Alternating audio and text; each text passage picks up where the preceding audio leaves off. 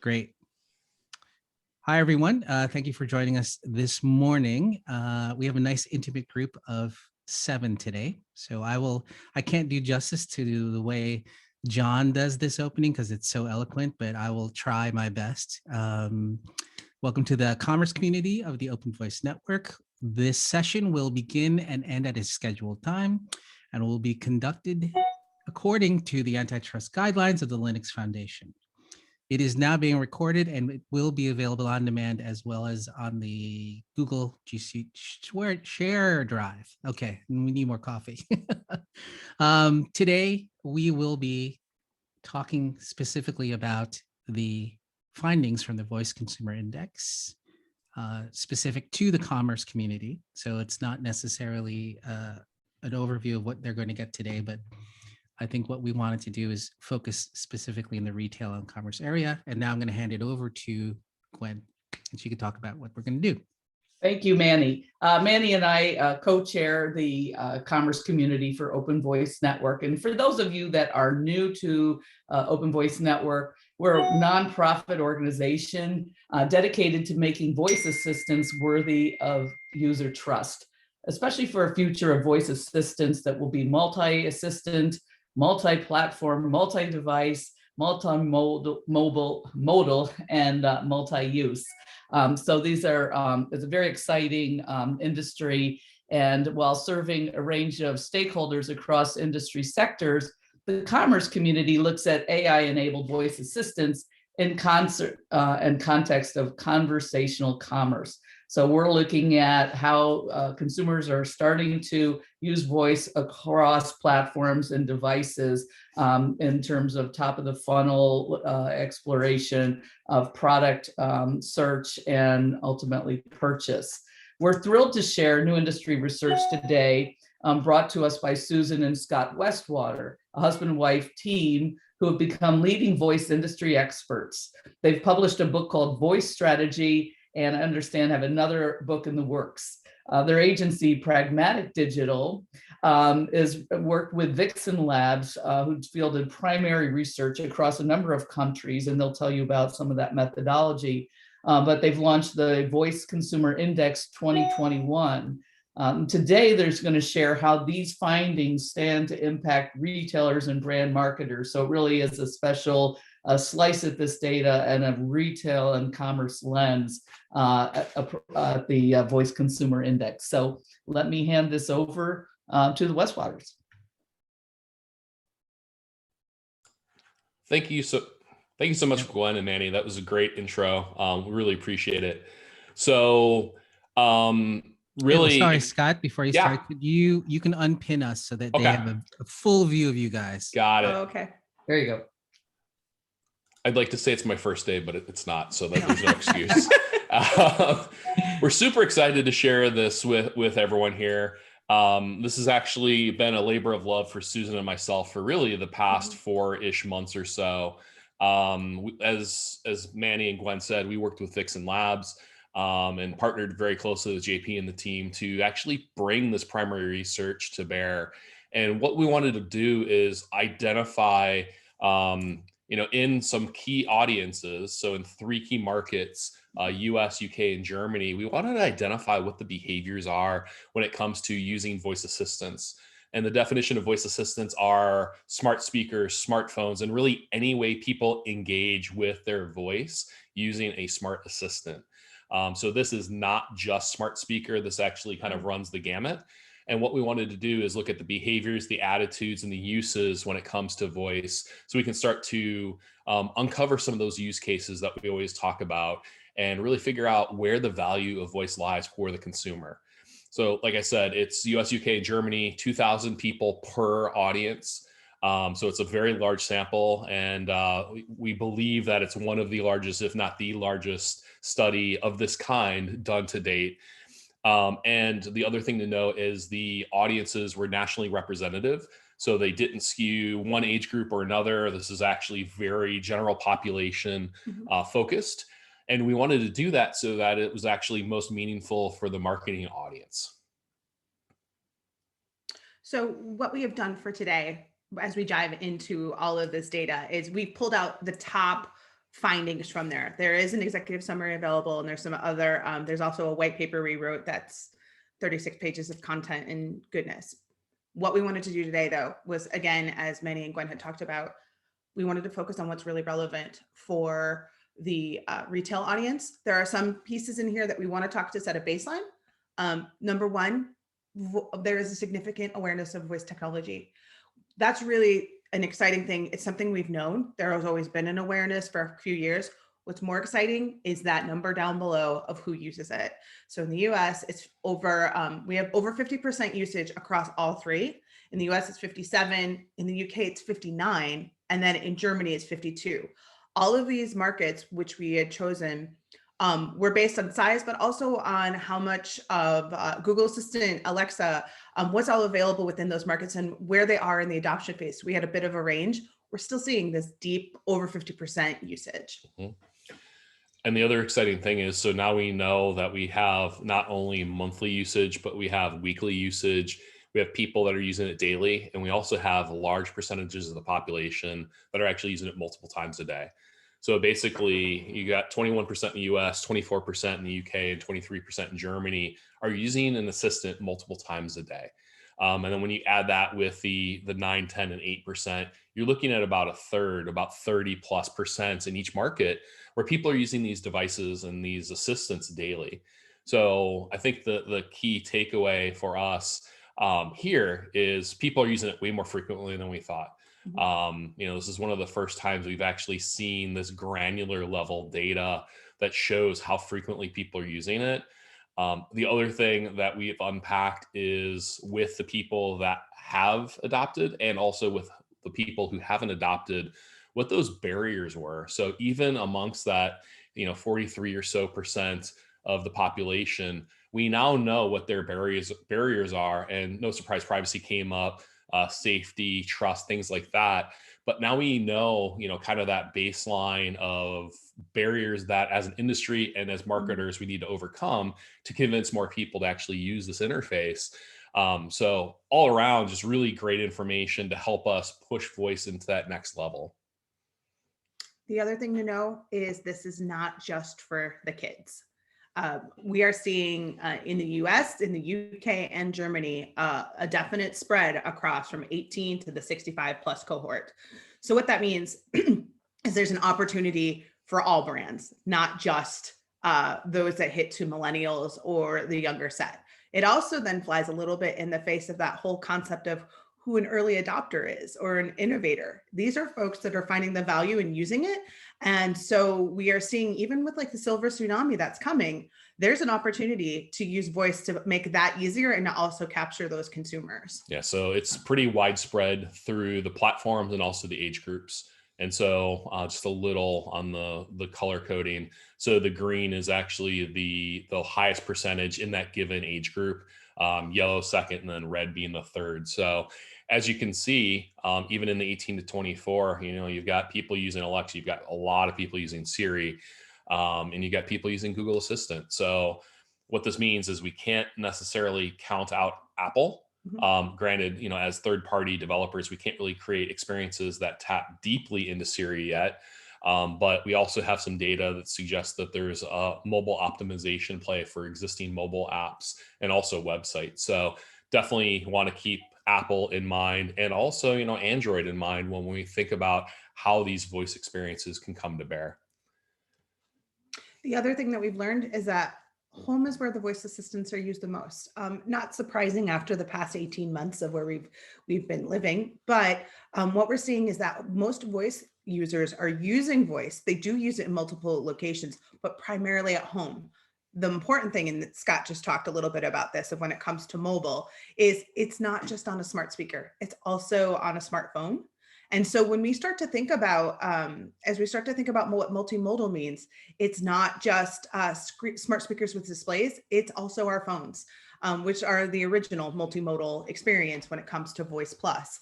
What we also are seeing is that public transport, in cafes, using earphones and headphones, there's a lot of different ways that folks are using voice and wanting to tap into it. Again, we're seeing how this is becoming part of the fabric of people's lives and a way that it is an interface that they're using. It's becoming a channel. Yep.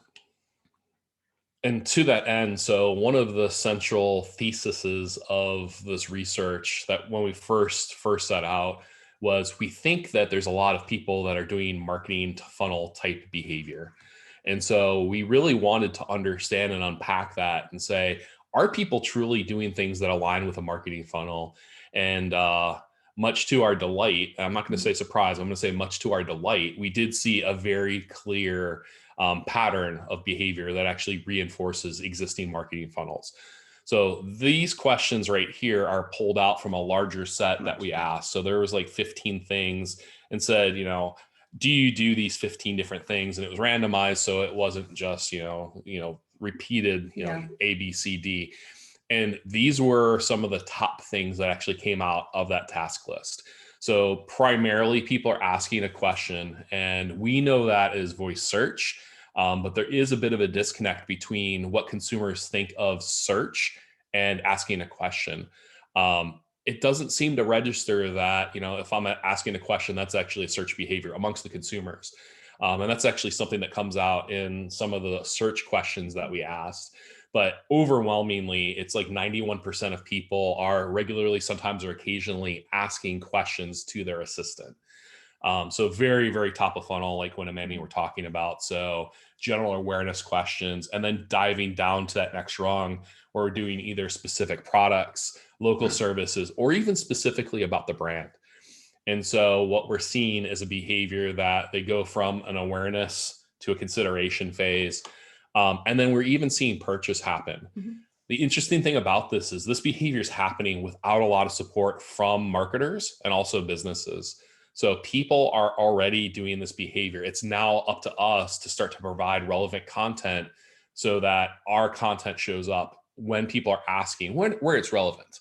But yeah, it's very heartening to see these behaviors starting to play out. And again, these are the early days of mobile all over again. It's the early days of web and e-com all over again.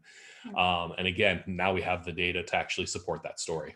The other part of this, we actually, in the executive summary, you can see the other questions. What this does is this also confirms the whole concept of voice actually has two flavors, or it has at the very tippy top, when we talk about voice in general, right underneath that next delineation is voice is a product, which are, your games, your utilities, even your smart home to some speak, where there is that whole concept of direct ROI, or that's where the monetization happens. All roads lead to that experience. But now on the other side of this, we now are seeing that voice also has this ability to enhance and improve and assist in a customer experience and be able to provide the information to the right person at the right time in the right place because of all those locations that we saw previously in the previous slide.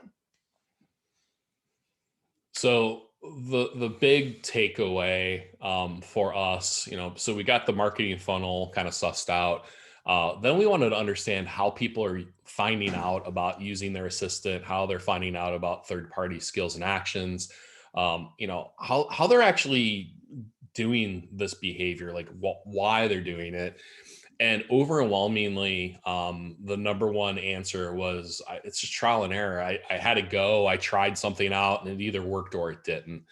And so we're north of 70% in all three markets of respondents saying that it's just trial and error. I'm seeing what I can do. And if it works, great. If it doesn't work, whatever, we're still in the early days. So that actually shows that the consumers are actually willing to try. They're not afraid to break this. The assistants, whether it's on their phone or their speakers, there's no trepidation there. And they're definitely moving from kind of that investigation to more of an exploratory phase. And so they want to be able to see more. They want to be able to do more. And so that's really a good sign for all of us in the industry and also marketers, because it shows an appetite and a desire for more information. Then people are also looking at product packaging or instructions. Friends and family showed me kind of a thing, and doing those trial and error things.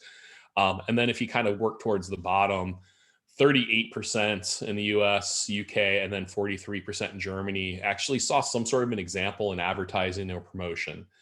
And so that also begs, the marketing and the business side to start to promote and actually demonstrate the value of voice and actually explain to people why they would even want to use their voice to engage with their bank, why they would want to use voice to do voice shopping, why they would use it to search for products and make it a little easier to filter through an entire e-com category and get to that product that they're looking for.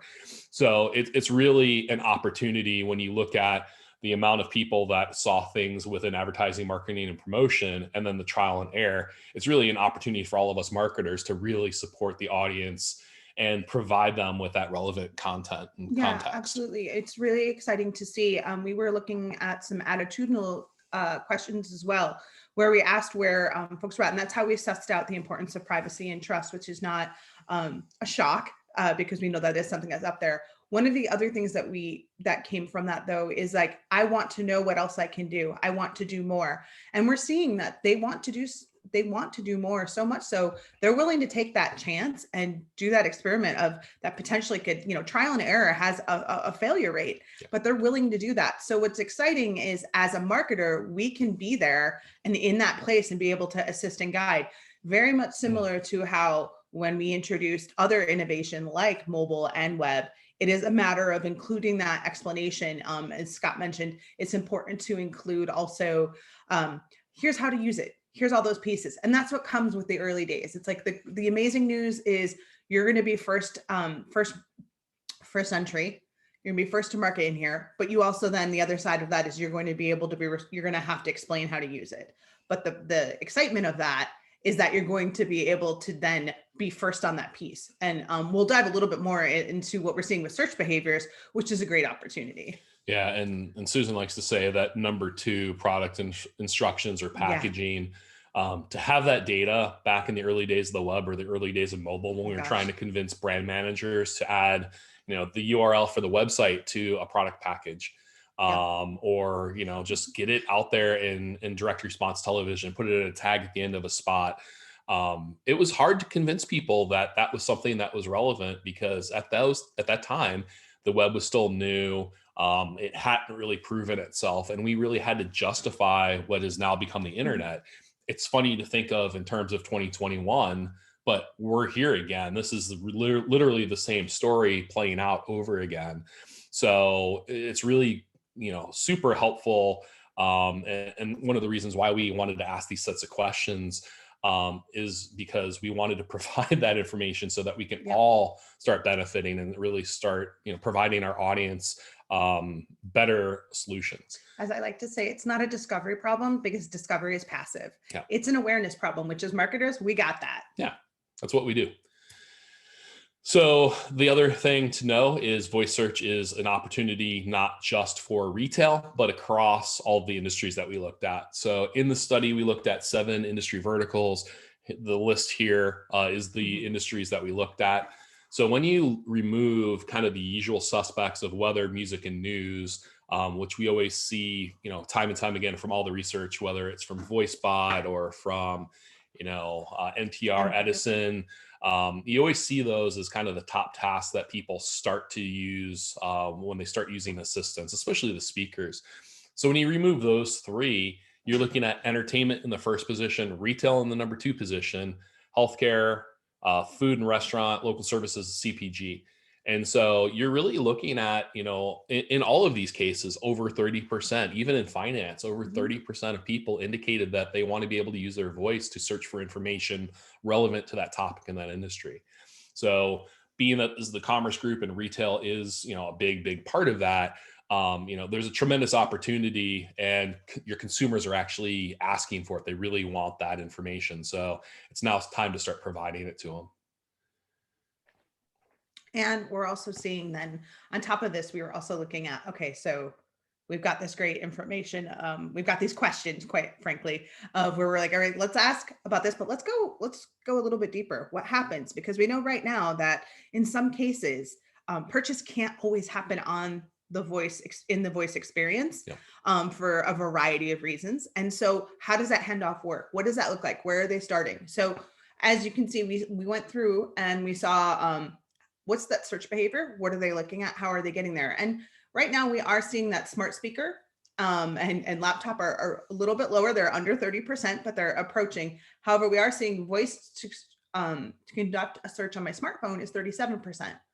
And helping folks understand that. Also looking at directly on a retailer app or on a website, 71%. That's where they're finding this information. And then where do they go next?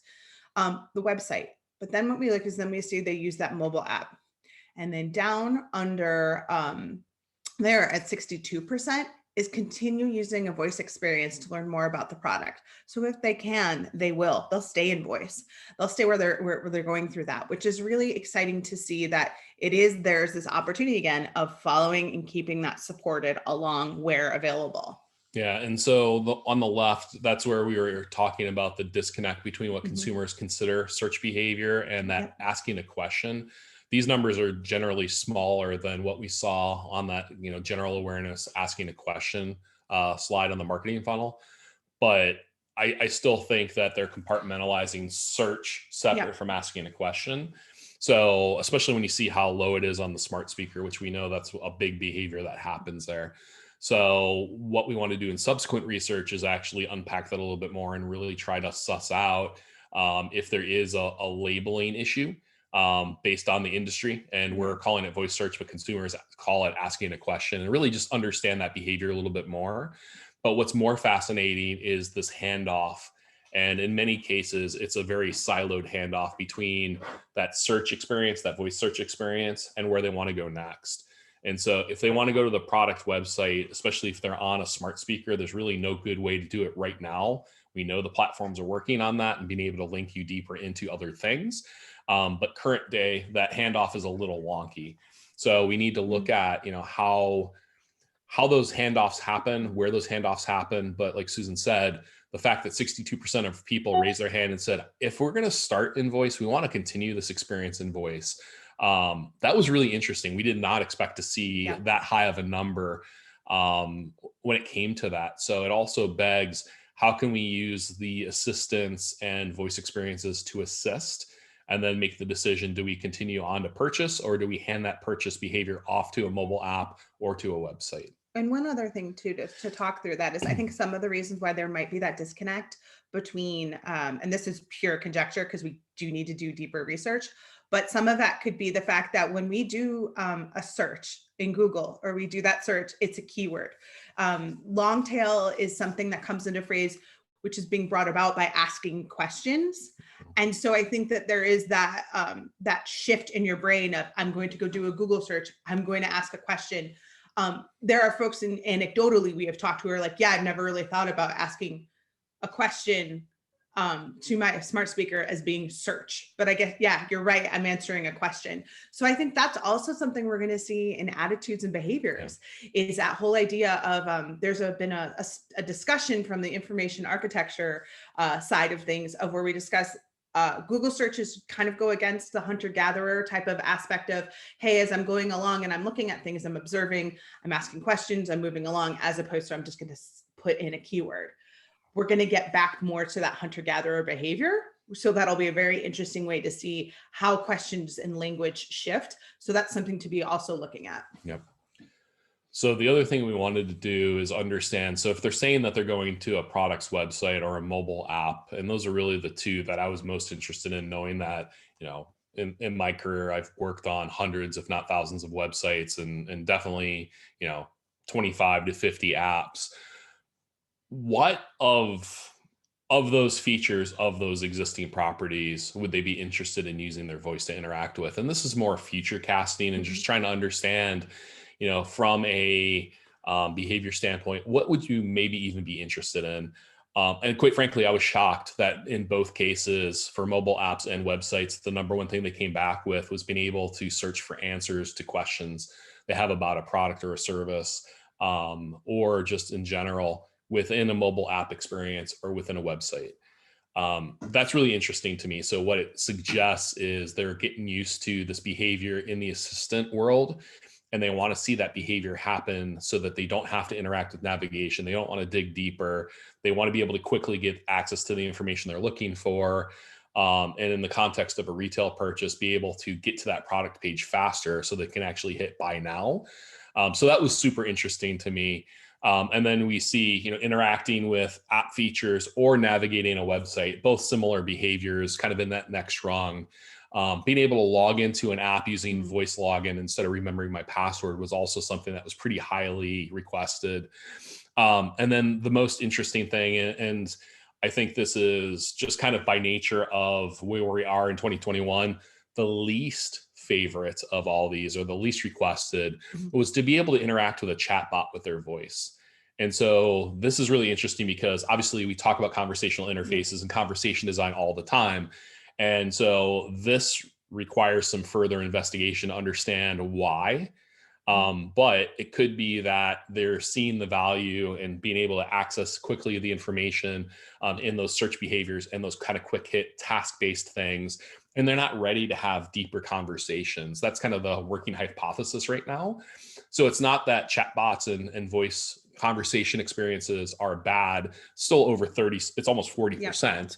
But of all of these things that could actually happen within a mobile app or a website, it was the least requested. So like I said, I think it requires a little bit more research. I also think that over time, as people get more comfortable using their voice to interact with existing properties, going from the search behavior, navigating, etc., then we'll see that, interacting with a chatbot behavior go up. But the good news is we have these baselines. The intention is to run the survey year over year, or maybe even multiple times a year, to see how these behaviors shift over time. And so we have the baseline. We'll continue to monitor it. And like I said, some of these things do require some further investigation just to unpack the whys behind the responses. And when we looked at some other numbers that we aren't able to share in all of here, just sheer volume, there's a lot that we still need to look at in cutting at this data because these are great findings. We haven't even started to cut against gender or regions like within any of these countries or anything along those lines. But we did look at some top task work.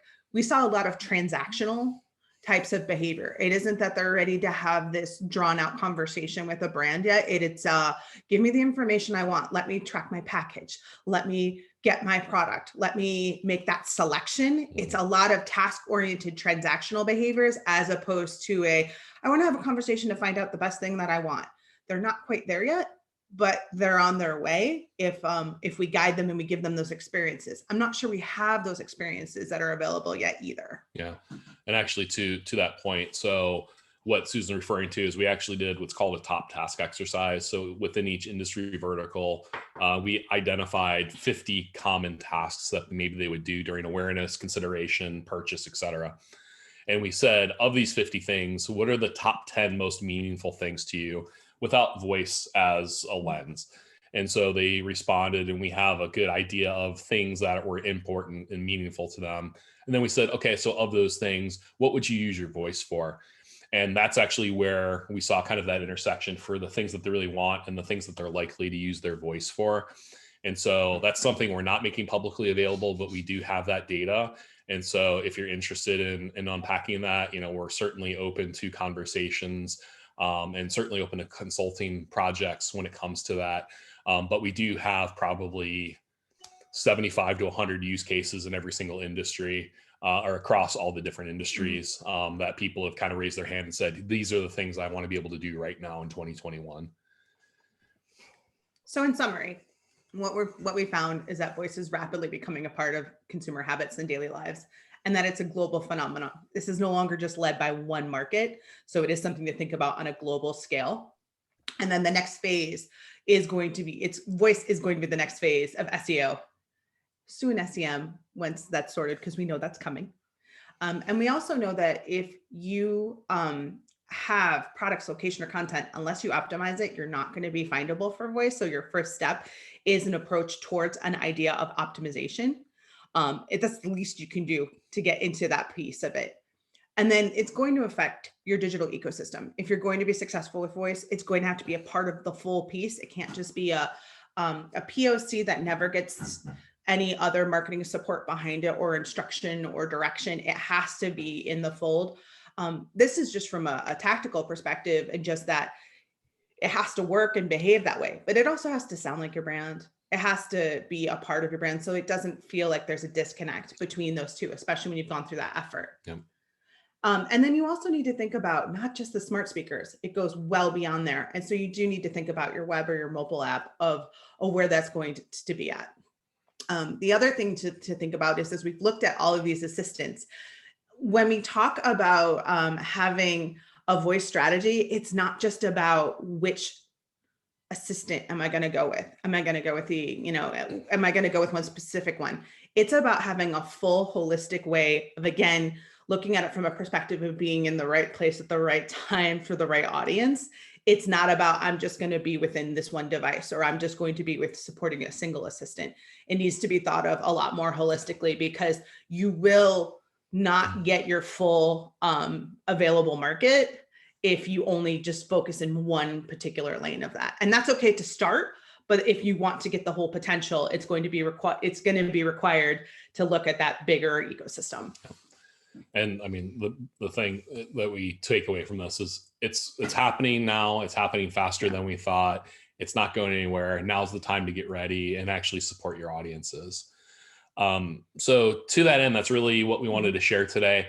If you haven't already downloaded either the executive summary or the white paper, both are available from the Vixen Labs website. So if you go to vixenlabs.co/VCI, you can download the executive summary for free. And then the white paper that Susan and I authored is actually available. You just provide your email address and it's sent right out to you. We get a lot deeper into the context, the nuance of these charts, but then there's a whole boatload of other things in there. Like Susan said, it's like 36 to 40 pages of content that we actually have in the white paper itself. We also get into platform breakdown based on region. So, Alexa, Siri, Google Assistant, on phone and speaker in the different markets. So if you're interested in device types and penetration and things like that, go grab the white paper, because all of that information's in there. So with that, I know we've seen some questions flashing up. I haven't had the chat open, so I don't know what they are, but we'll actually open the floor to questions. Yes, and I've been monitoring the questions so I could start sharing some of these. Yeah.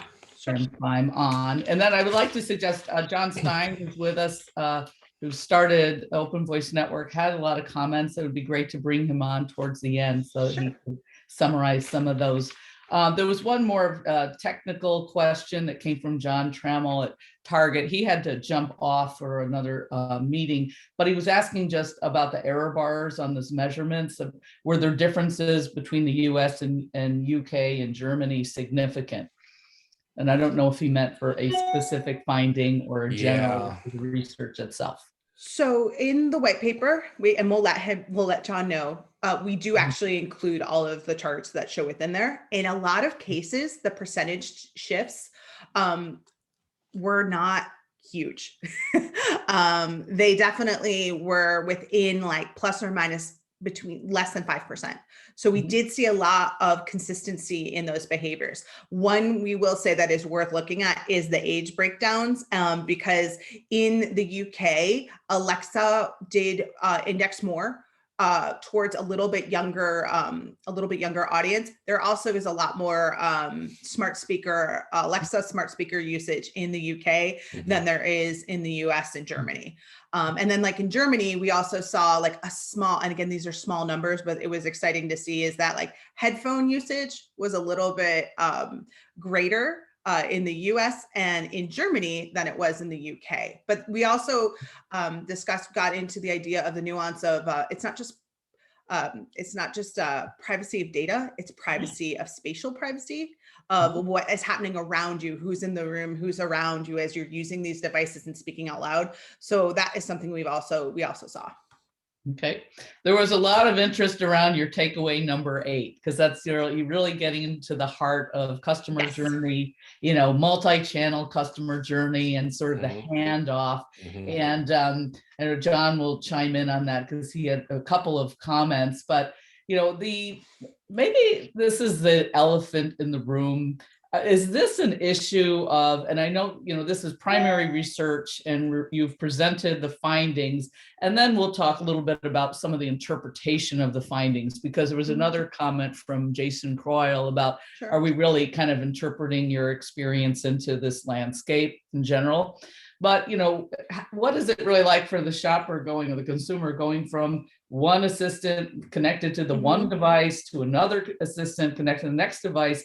And that's sort of situational. That's, whether they're from home, now I'm in my car, now I'm in the store. Do you want to comment on that? Or is this kind of maybe a next layer of research that might lead to understanding, shopper frustration down the road, a lack of continuity in using voice across these devices and platforms? What's your take on that? So when we started looking at like the behaviors and the things that people want to do, we know that, yes, there are opportunities where there is technology. It's not ubiquitous. It's very similar to, there was a time when we had to explain to people, use a web address. You had to tell them www.whatever.com. We couldn't even .org, .whatever. And so I think what that comes down to is that folks still aren't saying, well, can I buy that with my voice? Or what's the voice aspect to this? Or do I just start talking to it? We do see that with kids. I'm not gonna lie. I think there's a lot of people who have said that their children are starting to talk to their technology a lot more and trying to see if that works. Yeah. That exploration is not necessarily second nature yet. So that's what we're getting at, is that it isn't necessary. We're still in this experimentation, moving into exploratory phase of adoption and usage, where it isn't second nature to just think, hey, can I do it that way? And yes, there is the good news is there's folks like Speak to Web who are making sure that happens. There's things like Speechly that helps you search with your voice. All of that technology is very much needed. It's not as ubiquitous and as common quite yet. And that's kind of where we're hitting at. And it's just connected at all to, we've seen a lot of more virtual reality and augmented reality experiences that integrate voice.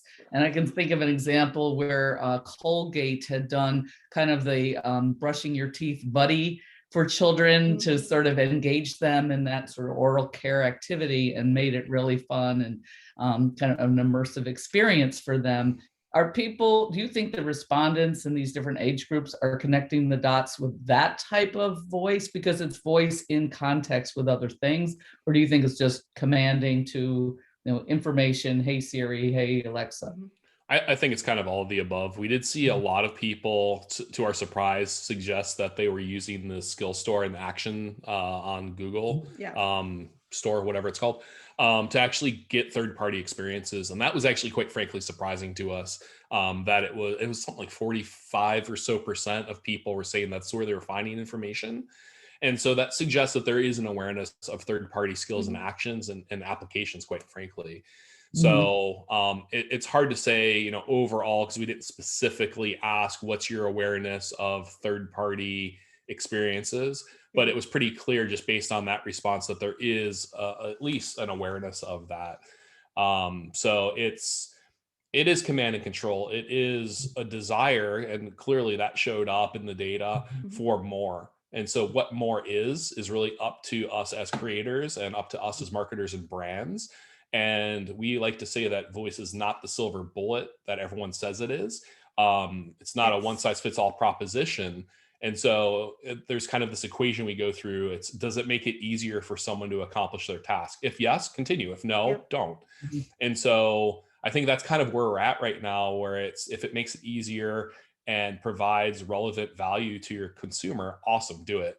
And then as we start to establish those norms and those behaviors, then that's when we're going to start getting really fancy. And much like the early days of microsites and storytelling websites and things like that, and promotional websites, like those are all things that we can definitely pull from our experiences in the past.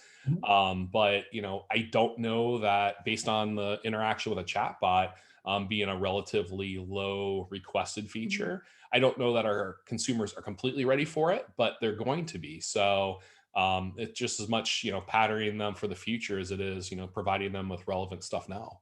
Yeah. And the other thing I want to add is that in the methodology of how we asked, we did make it a point at the beginning of the survey as we moved into there to define what is voice activated technology. And so we made that's a real challenge when you're trying not to lead the witness towards any particular thing, by the way. And we didn't want to mention any names, but we did discuss how that is an ability to interact and engage with a device or in an experience using your voice. So we tried to get very agnostic as much as possible, because again, we didn't want to lead the witnesses because we wanted to see a holistic approach, not just towards one particular type of device type.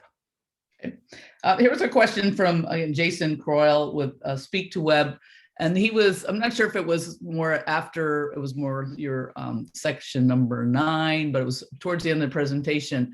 When you say you can't offer these experiences yet, are you basing the judgment on platforms that you're most familiar with, i.e. Google, Siri, and Alexa, or are you including ones like ours that Speak to Web that are adaptable to any business use case? It's basically that we don't see deep integrations with it yet. So whether it's platform integrations or speech to web type stuff, it's just not ubiquitous. So it was a more general thing we wanted to unpack, and it wasn't a judgment on any sort of platform.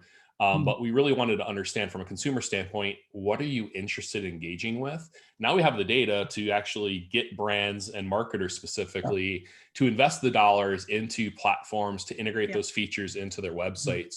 So that was really the goal of this line of questioning. It was really to understand, are you even interested in this from a consumer standpoint? And they said yes. So the great news is we have that data, we have that story, and we also have platforms that exist, like Susan said, to actually, build these more robust web focused or app focused integrations. So now it's convincing the business stakeholders that it's a wise enhancement and that it's worthy of, bringing it for the consumers. And that just, I should emphasize that this is a voice consumer index. Now we see a lot of companies using voice in all types of areas of their operations, whether it's, looking at training and, day to day, handing off tasks that can be, done more efficiently with voice and optimize, human labor and skill sets and so forth. So this is consumer index. This is not about different business sectors, experiencing and repurposing their, operational activities around these new skills that they're adapting into organizations. So I think maybe it's important to make that distinction. Now, if we can, Manny, I'd love to bring Jon Stine on because he has a number of great comments. Can we do that? John, you'll have to go to your email and accept the moderation or the panelist invite if you can. We'd love to have him Otherwise, but no picture or video. Can he talk? No, this is a webinar. So the webinar version. Yeah. So I'll give you some of the questions. Let's see, going on to, thought there were a lot of great points, obviously.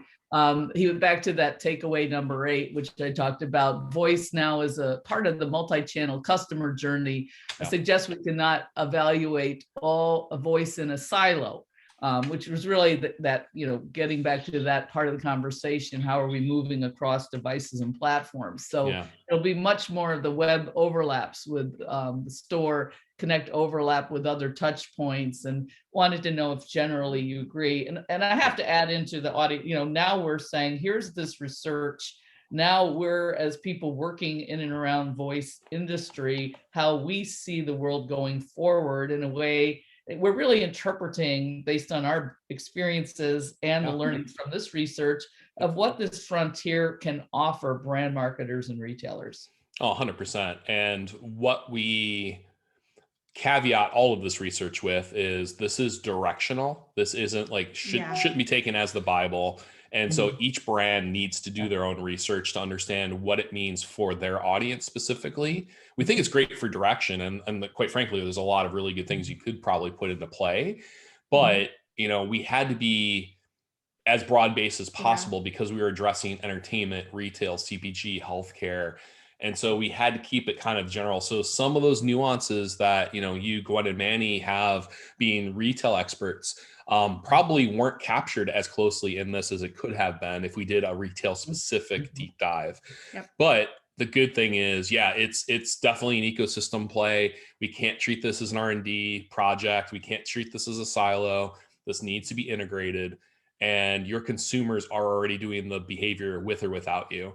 And so Right. either you support them and you show up when people ask questions, or your competition does.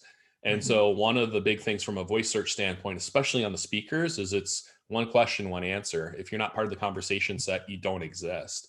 And so now we've been talking about this, but now we have the data that shows how many Yeah. people are actually doing these behaviors and how you can truly start to support them as a marketer and as a brand.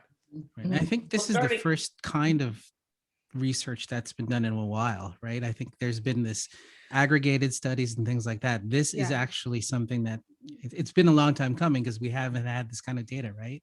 Yeah. And when we come from a UX background, content strategy background, and a marketing background. Right. So selfishly, we're like, so what would be most meaningful Yeah, to what do I us wanna as know? we're talking to CMOs and Right. trying to help convince them that here's why you need to invest in voice. Mhm. And so we brought a lot of our experience, and that's why the questions were built the way they were. That's why we probed on certain things. The intention was also, if budget allowed, was to actually do some one-on-one interviews to get deeper. Unfortunately, because of the makeup of the segments and the size of the research, we couldn't do that. But the intention was, once we had kind of these top level findings, to take a deeper dive in and do one-on-one interviews. Mhm. So I still think there's a lot of work to be done, but we've uncovered a lot of things that confirm a lot of our suspicions, dispel some of kind of the myths that, maybe we've been talking about for the past couple of years, and gives us a clear direction as to how we can move forward with brand and marketing organizations. So just to emphasize, clarify, this is quantitative Yes. research. So this Yes. is Yeah. really one of the first studies in recent years that is primary research, not desktop research. Correct. And what would be fabulous is to overlay some qualitative research and really getting into like in-home and, sort of trailing respondents. Yeah. To see And what we their, had intended on lifestyles. doing Mhm. Yeah. we had intended on doing like multiple pairs, so like maybe a mother and a son, a teenage son, to understand how their behaviors are different. There was a whole intention Yeah. on doing a deeper dive into some of these things. Right. Just time and budget didn't allow, But but yeah. certainly something that's on the table for future iterations, Right. because there's so many things that we've uncovered and can go deeper on now that we have this kind of baseline. Right. So obviously this is a call out to try to get more industry funding for the next step to answer a lot of the questions that come out of this. Were you able to get this information? Did you get this slice? And obviously, it's, there has to be a beginning, a middle, and end to the research project. Yeah. So Yeah. it's a phenomenal step, and I think we will want to continue to create that commerce narrative with that baseline of data that you have, Mhm. and put that out in segments that can be consumed by this community as technologies evolve. And as I would say, in 6 months it'd be great to take a look at this research and say, now where would we go with this? Yeah. So Yeah, I for think sure. we want to continually come back to it and then look at potentially how we can build on it. Yeah, Yep. fingers I got a crossed. couple That's more certainly the questions intention. that came Great. in. Yeah. Yep. Well, Go first for it. one is mine, or actually from Ben. And his question was, is SEO makes sense? Are there different strategies to embark on getting content surfaced on different voice assistant? Is it as simple as being in Google? How best to structure content? And it's not just, the big platforms, it's also the independent ones like Rasa. So do you guys have a kind of a POV on that? So I actually have we have a POV actually in general of just how to work with the whole, we're calling it the organizational like voice maturity model. Yep. And we do talk about that in the white paper, and is the idea of moving from optimization to creation to full on integration. Again, there aren't that many that have completely fully brought it into their home. And it's more than just like product integration. We're talking about making it actually like, this is a legit channel we use, whole hog, all the things. Mhm. That is not where we look today. When we look at how we look at voice search optimization, there's a couple things. Part of it is if you can be found on a screen reader and your content works that way on screen readers appropriately, you've started that path. You would be, it's shocking how how much web content is not accessible and is not ready. So this is sort of that karma coming back, quite frankly. And I'm kind of happy to see that like we're getting back to accessibility. Right. It's also looking at writing for those long tail questions. We were just talking about that. It's not just keywords because people don't talk in keywords, although we have heard we had one person who said, no, I do. I'll just say the keyword, like whatever. And I'm like, wow, that's amazing. I'm not that specific. I'm not that good at figuring out the right keyword. So I end up with I talk a lot as I do right now. So yeah, yes, 100%. Absolutely. Yeah, I'm a conversational person, so I'm conversational. But it is looking at like featured snippets. There are some technical things you can do on the backside of covering off on that. You can't, this is the fun part of it. Google hasn't shared any data. Bing hasn't shared any data that says, hey, and even when you look at your analytics at this point, it will come in as direct. So it's hard to say that's the one I got. So you have to kind of do some of your own sleuthing, which we've seen folks of like, hey, if I titled my article in this long tail format, I can rank on that one particular article. It happened to have been a low search topic because we were just testing it. But it is looking like featured snippets. You also have to remember that Alexa uses Bing and Google Assistant, and I think Bixby now, Bixby, and also for the moment, Siri uses Google.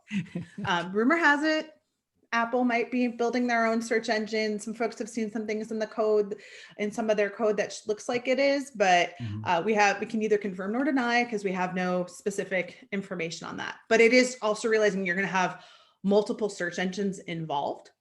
Also, Google also indexes podcasts and I believe YouTube video content as well. And so again, yeah, so you need to make sure that you've got your transcripts on your videos. Not just, again, accessibility, but also because that way, then that's getting picked through as it searches through. Right.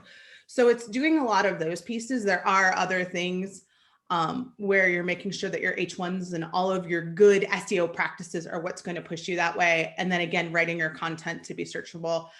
FAQ pages, which are a very controversial thing in the UX world, because folks think of them as a kind of an elephant graveyard of content. I don't know where it fits in the rest of my website, so I'll just throw it there. If you legitimately have frequently asked questions, and your call center has those too, include them in your content, and that will then come through as well. The important thing too is to make sure that you're connecting all those dots across all your channels. It's multi-channel of whatever my customer service representative or my IVR is using. I should make sure that that theme or the spirit behind that is what's also answering the question when someone asks on my website or on my voice. So structured content comes into play. And it's a great idea of looking through the idea of like COPE of create once, publish everywhere. Great. All right, one last question. I think we have 5 more minutes left in the session. It's from Jason Croyle. The most common complaint I hear from people who build voice skills and actions is retention. Voice Lunch showed some report indicating it was less than 2%, and the crowd felt it was high.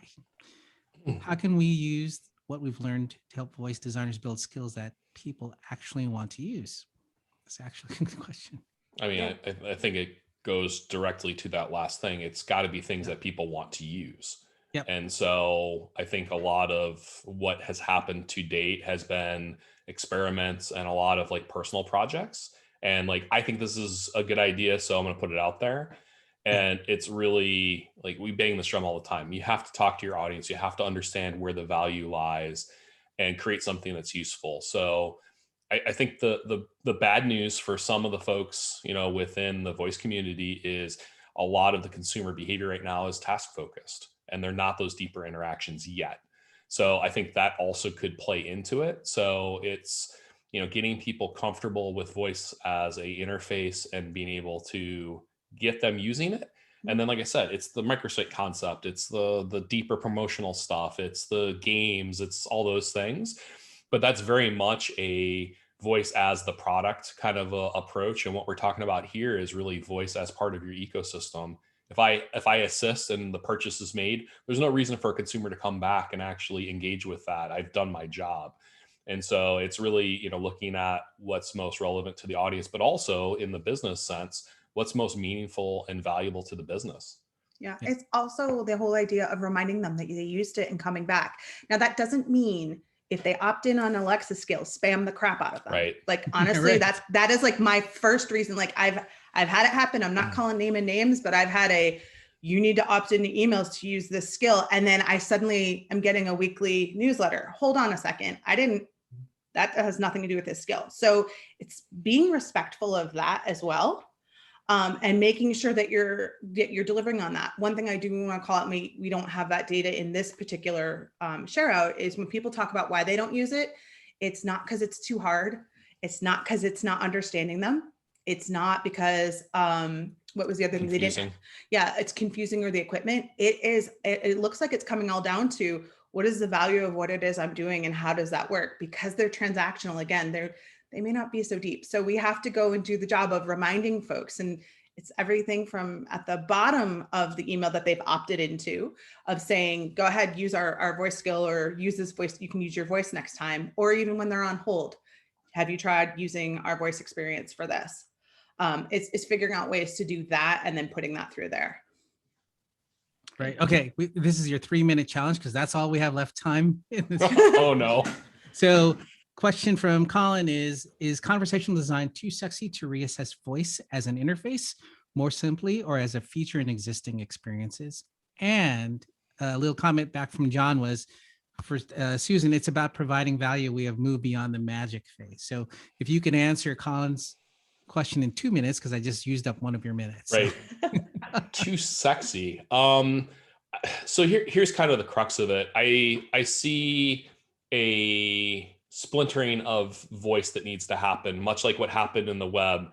In early days of web, a developer would actually do the design, do the user experience, do the development, and it was kind of a one-person, operation. Mm-hmm. Then we actually had specialists come in and actually have strategy, content strategy, digital strategy, information architecture, web designers, copywriters, et cetera. I think we need to actually, in some way, shape, or form, embrace the expertise of specialists and not have it come down to a conversation designer trying to decide what the right experience is, or how to, push it as an interface. Because quite frankly, it's not fair. There's that's like kind of 4 jobs. Yeah, 100%. I mean, we're kind of asking conversation designers. I just saw a job description the other day where it's like, you need to do all the UX testing. You need to write these amazing conversations that work. You need to validate. You need to do all this stuff. And I'm like, wow, that's a lot. Yeah. So I think that it isn't necessarily that conversation design is too sexy. I think that we're still understanding what it means. Yeah. Understand, in the content strategy world, what used to be a content strategist is you're gonna have a buzzer. That's awesome.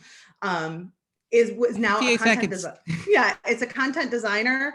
You have a content strategist, an information architect, and then you have all your other specialists for like search and etc. That's probably something that's going to have to happen to come together, because we've got it so far. Yep. It's just we need to have we need to just add more brains to it. It's just like the early days of the web. It wasn't until we brought in all of the diverse viewpoints and all the expertise and industry expertise, retail and et cetera, that the web really came into its own. We need to do the same thing here. So not relying solely on one person to do everything, because it's almost impossible. Writing conversations is freaking hard. Yeah. Like, that's enough. Manny, to you, we're going to close out this meeting. Oh, right. Yes. And we are the Open Voice Network, and we end on time. 8 seconds, 7 seconds. Thank you, everyone, for joining us. Thank you, Susan and Scott. Thank you, Gwen. And thanks, everybody, for joining us. Yeah. Thank you, everyone, for questions. Bye-bye.